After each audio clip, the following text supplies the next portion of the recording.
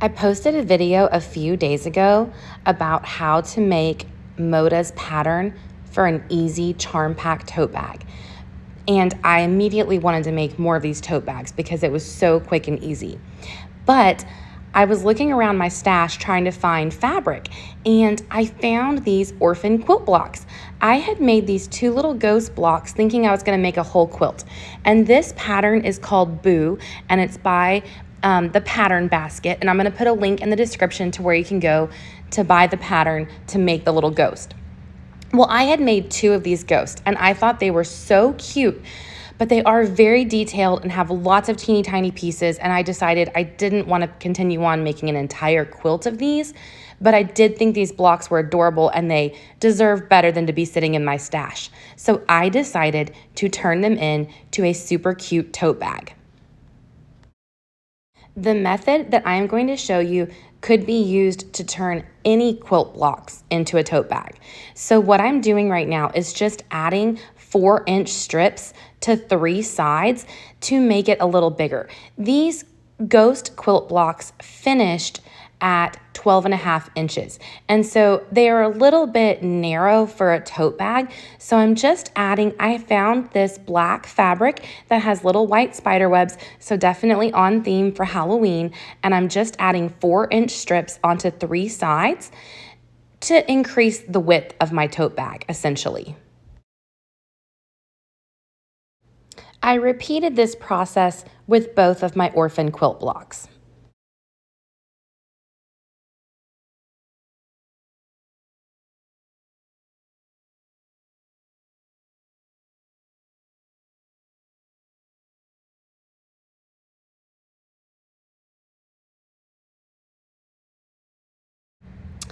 Then I grabbed my ruler and just trimmed it up. I was not using exact measurements here, but more just going for trying to make sure my edges were straight.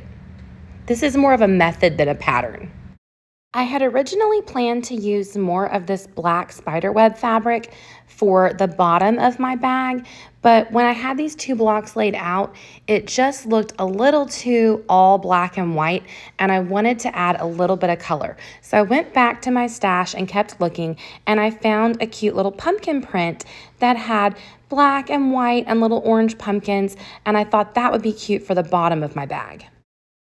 I cut this to a 5.5-inch strip, and then because it is directional, I could have just made like an 11-inch piece for the bottom and sewn it between my 2 quilt blocks, and if you have non-directional fabric, you could do that, but the pumpkins were directional, so I went ahead and made 2 5.5-inch strips, and then I trimmed them. At this point, I believe I was about 16 inches wide, maybe 18 inches wide. Again, I think I was 18 inches wide here, and I just trimmed it to match how wide my top of my bag was. So I now had 2 pieces that were 5.5 inches wide, and I made sure that directionally the pumpkins were going the same way as the ghost. And then I sewed this onto the bottom of each tote bag panel.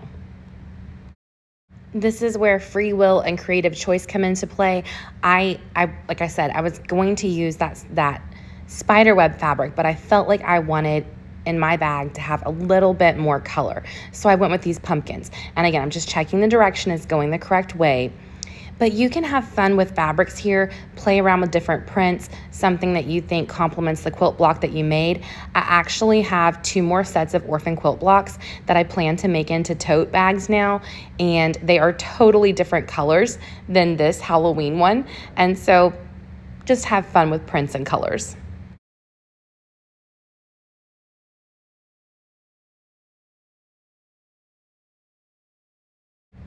I'm just ironing each of these panels down towards the bottom. We're eventually going to make one giant rectangle, and that's going to be the basis of our tote bag.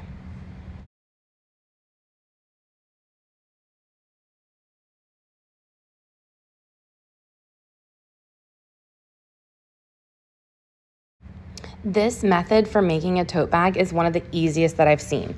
I'm now going to put these right sides together, and I'm going to line it up along the bottom, and I'm just going to sew along where those pumpkins are, the bottom panels, sew them together. And again, if this had been non-directional fabric, I would have just cut an 11-inch piece and sewn my quilt block, my bottom and my next quilt block together, but I was working with directional fabric here, so I wanted to keep it looking correct.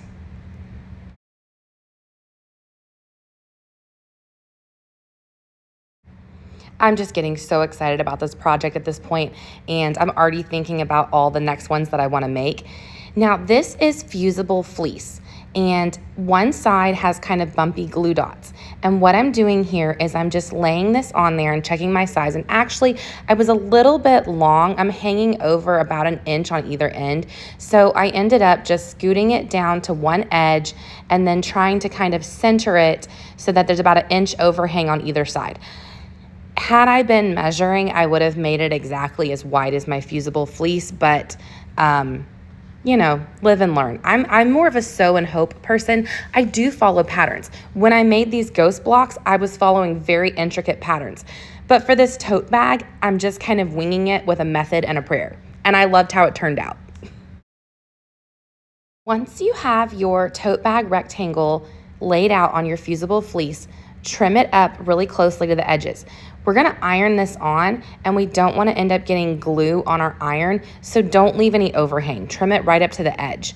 And now that I'm happy with how it's going, I'm gonna start ironing from the middle. So I'm putting my little ironing board right under that bottom panel, and I'm using a hot iron to fuse this to the fusible fleece. So I made sure that the glue dot side, the bumpy side of my fusible fleece was facing up, and then I laid my panel wrong side down.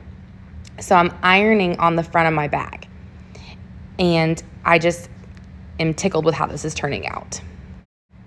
Once you're satisfied that it's really neatly ironed on, the next step is going to be to trim it up. And all I'm doing is, see, I had a little bit of overhang here because my panel was a little bit longer than my fusible fleece, but I'm just gonna trim this up really nicely and neatly on both ends to not leave any extra fabric. We're about to measure out our lining, and so I'm just making this a nice neat rectangle, and then we're gonna pick our lining fabric. I've had this orange in my stash for quite a while. It's called Shadow Play. It's from the Shadow Play line by Maywood, and I really like it. It's kind of like a grunge effect, but I've had trouble matching this orange to anything because it's a little bit coral and a little bit orange and even almost a little bit red, but it doesn't match a true orange. But luckily that pumpkin fabric I had is a little bit on the coral side. So actually I finally found something that matched this orange, and I was happy. Now, the way we're gonna cut our lining is we're gonna fold our panel in half. We're gonna lay our panel right, the fold line to the fold line, and we're gonna trim right along. So we're gonna trim this up to exactly match our panel. So I'm not even measuring. I don't even actually know exactly how big my tote bag panel was. I'm just cutting the lining to be the exact same size. If you like a little chaos, you might like the way I sew. If you like to have precise measurements and you want to know what size to cut all your pieces before you start, this might not be the method for you. But I like it because you don't really have to measure anything. You just go for it. Now, because we used fusible fleece, you don't have to quilt this, but I am adding a few quilt lines. I'm using my walking foot and a 3-inch stitch length, and I am just adding a few quilt lines throughout this top. In my mind, it's gonna help anchor it, make sure that even if the panel becomes unfused from the bag, it's not gonna shift that much. So I added a few parallel lines and a few horizontal lines, a few vertical lines, and I was just kind of following along with the lines from my patchwork. So that was kind of my method, was just mirroring. Whatever I did on one side, I did on the opposite side of the panel, just to make it even. And I wasn't, you can quilt this as much as you want. I just tried to add enough to add some stability to help it last longer. After you're done with your quilt lines, it's gonna be time to start assembling this bag. This is such a quick and easy method, and I just love it so much. You're gonna take your panel and you're gonna lay it right side up, fold it in half. I'm just removing some fuzz here. This fusible fleece, it really attracts all the lint. You're gonna fold this panel in half, and you're gonna start from the open side. This is the top of your bag, and you're gonna sew straight down the side towards the fold.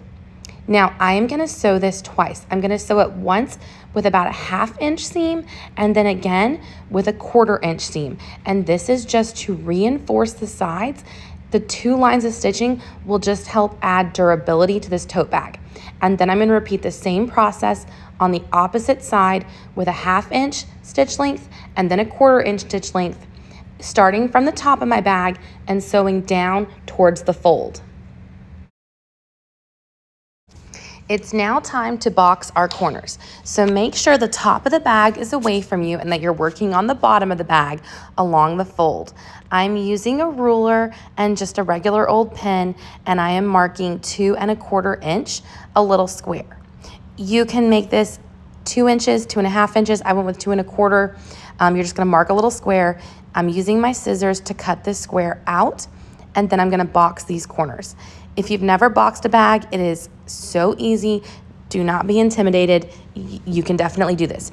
You're gonna pull the sides of your bag apart, and you're gonna line up the side seams, and then you're gonna stitch. And I like to stitch, back stitch, stitch again, back stitch again a couple of times, because especially with a bag that I wanna use, I wanna make sure it's gonna be durable and that I'm reinforcing all of my seams.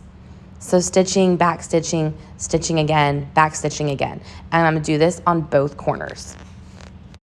When you're satisfied that you've sewn it enough times, it's a good idea to go ahead and turn it right side out and check what you just did. Make sure that the sides of your bag and where you box those corners, that you don't see any of that fusible fleece sticking through. Now, you could have also used batting. If you use regular batting and it's not fusible, you're gonna want to go ahead and add more quilt lines for stabilization. Okay, we're gonna move on to the lining. We're gonna take the lining and fold it right sides together, leaving an opening at the top and the fold at the bottom. And what I'm doing now is marking near the top of my bag. I went about 4 inches down, and then I went down about 7.5 inches. And you don't want to make your hole too big. You need to leave a hole in your lining so you can turn your bag right side out. You don't want to make it too big because it's going to be harder to close up later. But if you make it too small, it's going to be hard to turn your bag out. I went with 7.5 inches, and that worked out really well today. So I stitched down to my line, back stitched, then skipped over the hole, stitched, back stitched, and then I went over to the other side. And so that hole is open. I did not stitch over that from line to line. And now I'm gonna stitch down my other side. And this is again for the lining. For the outside of the bag, no hole. For the lining, leave a hole.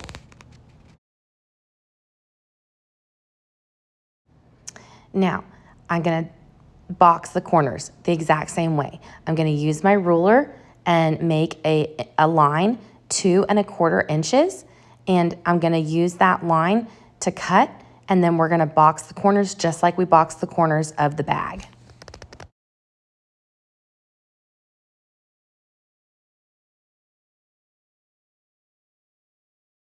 I've seen people use a rotary cutter for this part, and how, I have no idea, because I have to use scissors to cut this. If you can use a rotary cutter to cut out a square shape without cutting deeper into your lining, props to you. I just use scissors, and then I pull the sides apart, line them up, and stitch and back stitch a few times, and then I do the other corner the same way. We are getting so close to having a finished bag. If you've followed along to this point, go ahead and hit the like button, subscribe for more, and let me know what quilt blocks you're gonna be turning into a tote bag. Okay, that's our lining. The next step is adding straps. Now, I went to the store and got some black webbing, and this is just straps that you can buy, and it's just really easy. You can also make your own straps out of fabric, but if you buy the webbing straps, it's just super easy.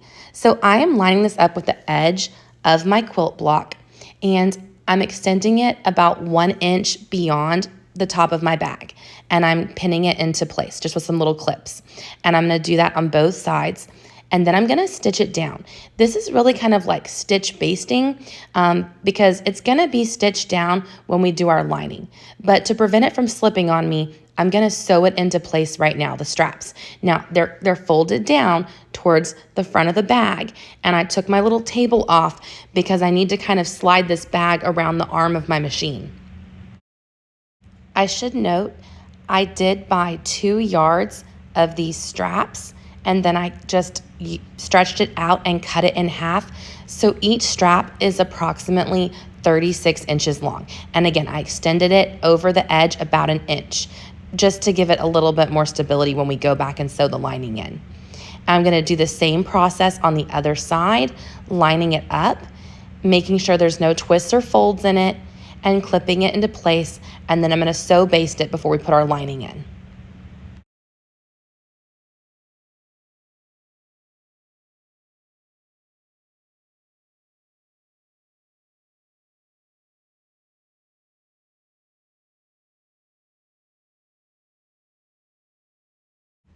This is just looking so cute. Okay, I'm gonna turn it right side in, and I'm gonna tuck my bags down inside of my straps. Now I'm gonna get my lining again. I'm gonna turn it right side out, and I'm going to put my hand in, put the lining down inside the bag. So I have right sides together. The right side of my bag and the right side of my lining are touching. I'm gonna find the side seams, and I'm gonna use some clips, and I'm gonna clip side seam to side seam, right sides together, the lining and the bag. I'm gonna go to the other side of my bag. I'm gonna find the side seams. I'm gonna put right side to right side, and I'm gonna clip it together. Then I'm gonna use some more clips and go around and kind of just make it fit all the way around. It may seem intimidating to add lining to a bag, but it's really not. Once you've done it a few times, it becomes easier and easier. And you can use as many clips, pins, whatever you would like at this point, but just make sure that you have right side to right side and that you have a hole in your lining so that you'll be able to flip this back around. It's very important that you have a hole in your lining here. Once you are satisfied that you've clipped or pinned your lining into place well and that your straps of your bag are tucked down, the straps of your bag should be tucked in between the right side of your bag and the right side of your lining. And we're gonna use, I'm just using here my walking foot, and I'm gonna stitch about a 1/2 inch away, about a 1/2 inch seam allowance all the way around. And I'm trying to catch everything here. The bag, the lining, the straps, and then we're gonna find that hole and turn our bag inside out, which is always like a super fun part of bag making. And just go all the way around and just take your time, be as careful as you can be.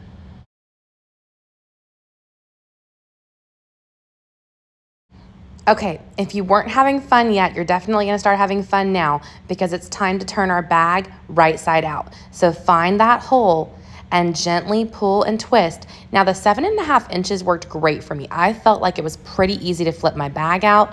I'm just checking my boxy corners, and I like to go ahead and find the hole at this point, pull a little bit from either side, kind of fold the raw edges down inside, and just stitch your bag shut.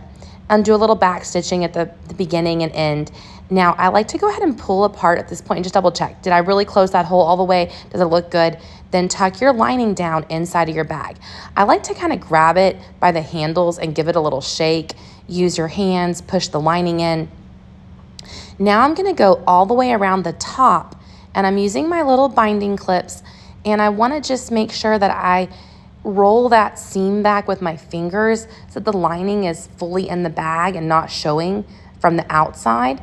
So I'm just using my fingers to kind of roll that lining down, and then I'm clipping it because we're about to go over to the machine and top stitch everything down. This is gonna be the 3rd anchoring stitch for our straps, and it's also going to make sure that the lining doesn't sort of peel out of the bag.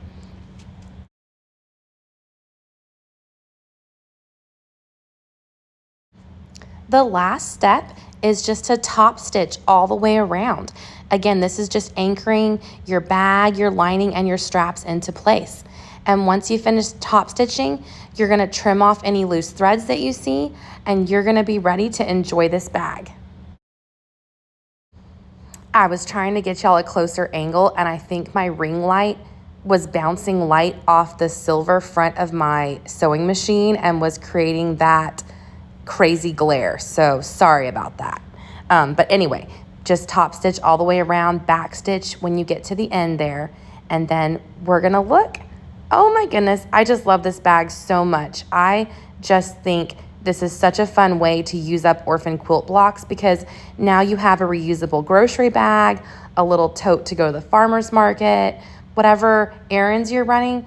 This is just a great size bag and I love it. Happy quilting.